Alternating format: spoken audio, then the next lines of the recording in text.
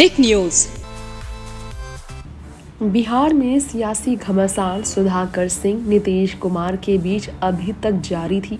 सुधाकर ने इस्तीफा दिया कृषि मंत्री पद से और भी तेजी से वो नीतीश सरकार पर आक्रामक हुए। लेकिन ये बात भी सच है कि सुधाकर सिंह फिलहाल आरजेडी के ही नेता है। पद से जरूर उन्होंने इस्तीफा दे दिया, मंत्री पद में वो नहीं है बैठे, लेकिन है तो वो आरजेडी के नेता। और आरजेडी बिहार की सत्ता में जेडीयू के साथ महागठबंधन की पार्टी का हिस्सेदार है।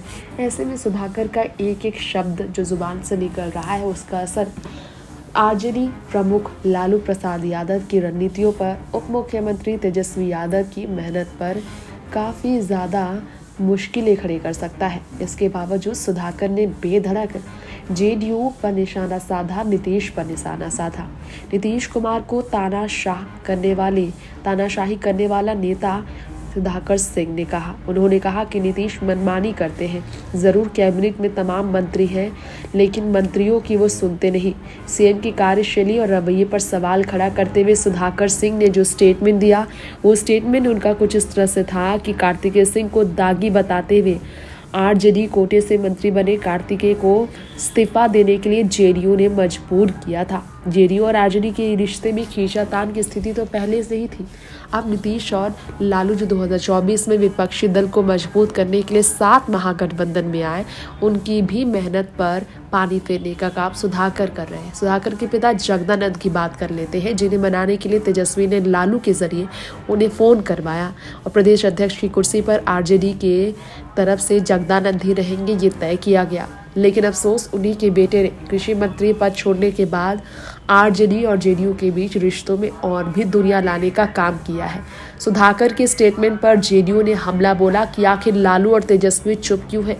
ऐसे में आरजेडी की ओर से स्टेटमेंट आया कि कोई भी बयान जो अलग नेता की ओर से आ रहा है उसका पार्टी से कोई लेना देना नहीं है।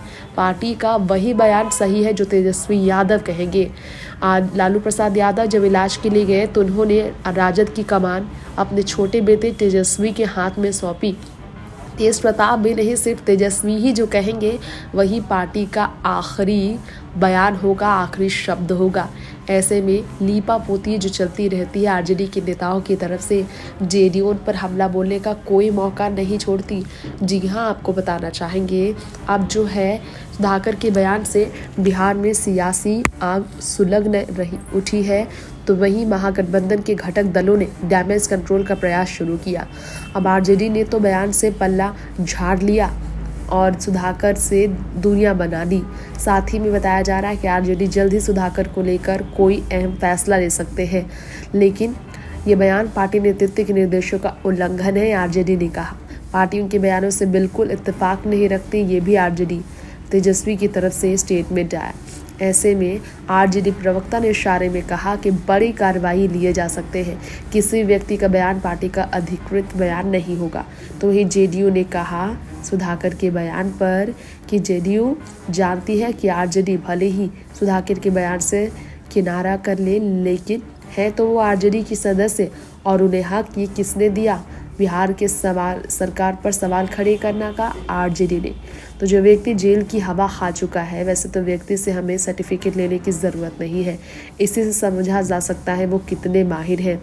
कई कारनामे वो कर चुके हैं, जेल की सैर कर चुके हैं। राजनीति की अगर बात की जाए तो उनकी कार्यशैली से लोग बखूबी परिचित हैं। व्यवस्था में विश्वास हमारे नेता रखते हैं, जेडीयू ने ये भी कहा। तो ही बीजेपी ने भी इसमें स्टेटमेंट दिया था कि साजिश के तहत नीतीश को सीएम भी बनाए रखा आरजेडी ने और बयानों के जरिए निशाना भी उन पर साधने का सिलसिला बरकरार रखा है।